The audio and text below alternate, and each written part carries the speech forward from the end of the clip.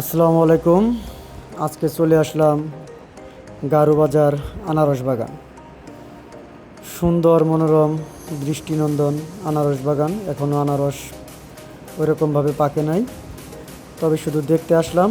আমার সাথে আছে ফেরদৌস ভাই, সিয়াম এবং আহসান হাবিব, আমার সহপাঠী। তো দেখতে দেখতে অনেক পথ পাড়ি দিলাম, শুধু আনারস বাগান আর আনারস বাগান। যত দূর চোখ যায় শুধু আনারস বাগান।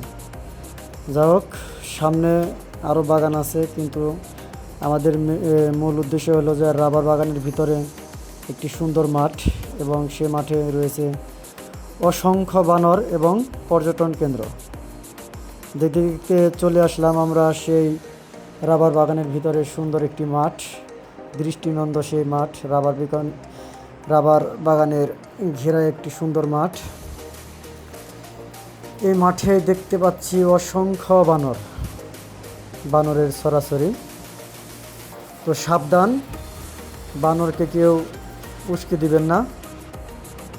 যে যা পারবেন বানরকে খাবার দিবেন সাধ্যমতো। অনেকেই বানরের জন্য খাবার নিয়ে আসে, কলা, রুটি, বাদাম। এখানে কলা, রুটি, বাদাম কিনতে পাবেন, এজন্যই নিয়ে আসার দরকার নাই। ছোটো বড় মাঝারি অনেক বানর, অনেক।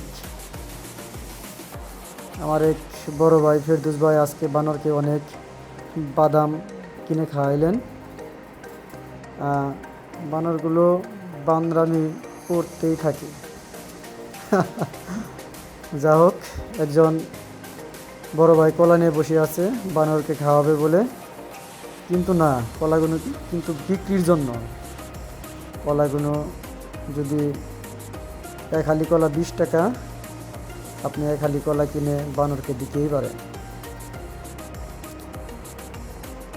দেখতে দেখতে প্রায় সময় শেষ, সন্ধ্যা হয়ে গেছে। চলে যাব, আবার কোনো একদিন দেখা হবে গারুবাজার রাবার বাগানের মাঝখানে। সকলকে ধন্যবাদ।